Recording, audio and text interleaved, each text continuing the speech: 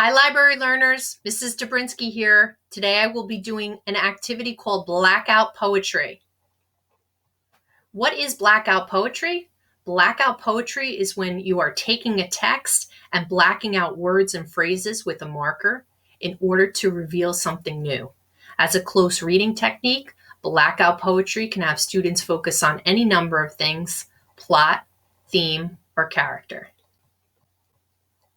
Here's the things you will need. You will need a text.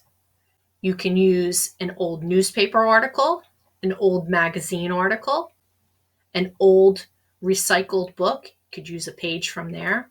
You will need a black writing utensil, black marker, crayon, colored pencil, and you will need a pencil with an eraser.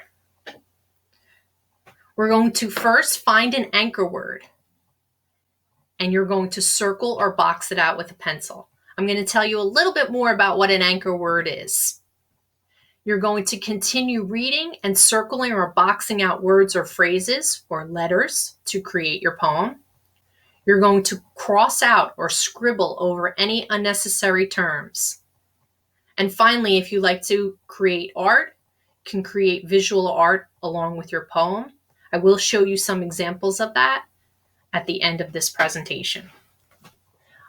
Alrighty, here's an example of blackout poetry that's all completed. So you're boxing out, keeping words that you want to create your poem, and then you're crossing or scribbling out the rest that you don't want. All right, so first you're going to scan the page before reading it completely, keeping an eye out for an anchor word as you scan. An anchor word is one word on the page that stands out to you because it's packed and loaded with meaning and significance. Starting with an anchor word is important because it helps you to imagine possible themes and topics for your poem. So you want to read over your text first. Today we're going to be using the first page from a novel called On the Day I Died by Candace Fleming. It is a novel that is read in 6th grade here at the middle school, and we're going to be using the first page. So scan the page and try to look for some words that may jump out at you that you would like to build your poem around. That would be your anchor word. Lots of words jump out. Midnight, driving, fast, dashboard, clock, late, phone, ESP. So those are different words in that first page, the first couple of sentences that you may want to use as your anchor word. Number 2, now read the page of the text in its entirety. On the Day I Died by Candace Fleming. It was after midnight and Mike Kowalski was driving fast, too fast, down County Line Road. He glanced at the dashboard clock and groaned. He was late. Again, his phone rang. It didn't take ESP to know it was his mother. She probably wants to get a jump start on her griping, Mike muttered to himself. Earlier that evening, she'd told him to be in by midnight or else.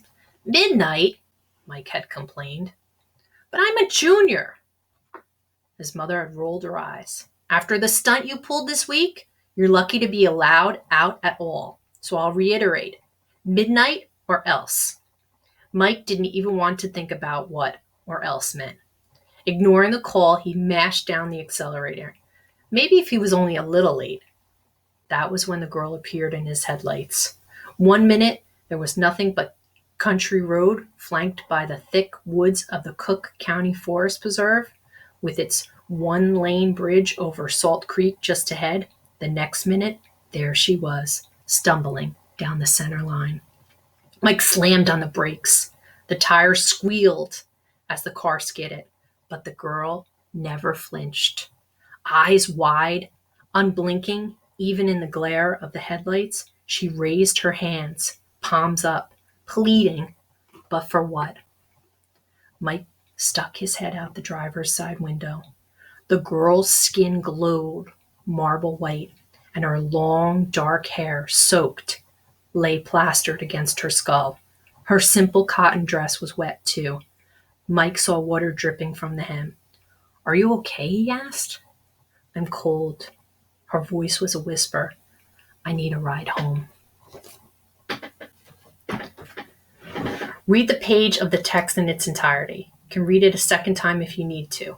Use a pencil to lightly circle any words that connect to you.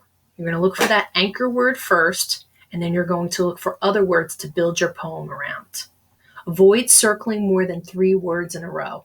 So you're not boxing out more than 3 words in a row. You don't want to box out a sentence. You want to look for words that you're going to create into something new, your poem. So start at the top. And I decided I'm going to use clock as my anchor word. And I started to box out letters or words to create my poem. Again, you're doing it in pencil, so if you need to change your mind, you can erase it and do that. Number 3, list all the circled words on a separate piece of paper. So I took my notebook and I started to jot down all the words that I wanted to use in my poem in the order that I wanted it to appear. List the words in the order that they appear on the page from top to bottom. So I started with clock up at the top, and I'm creating my poem from top to bottom. Some people do it from left to right. Some students have even started at the bottom, found their anchor word at the bottom, and worked their way back up. A little more challenging. I would suggest if this is the first time you're doing it, top to bottom might be the easiest. List the words in the order that they appear on the page. The words you use for the final poem will remain in this order, so it doesn't confuse the reader. The reader is not going to jump around and try to read your poem. You're going to start from the top and go down to the bottom. Again, that's why the list is helpful, especially when you start to go and start blacking it out. You want to make sure that you don't black out words that you may still want to use for your poem. Number 4, select words without changing their order on the list and piece them together to create the lines of the poem. You can eliminate parts of words, especially any endings, if it helps to keep the meaning of the poem clear. So say you wanted to use the word swim, but we only had swimming in there. Cross out the rest of the words and just keep the SWIM. You can eliminate parts of words, especially any endings, if it helps to keep the meaning of the poem clear. Try different possibilities for your poem before selecting the lines for your final poem. If you're stuck during this step, I would advise you to go back, read through it again, and you can even change which words you're focusing on. Maybe your anchor word needs to be changed. Return back to the original page of the text. The right word you are searching for is there. It's waiting for you to create your poem. Return to the page of the text. Circle only the words you selected for the final poem. Remember to also erase the circles around any words you will not be using. You may not add any words. This is important. You can only use the words or the letters on the page.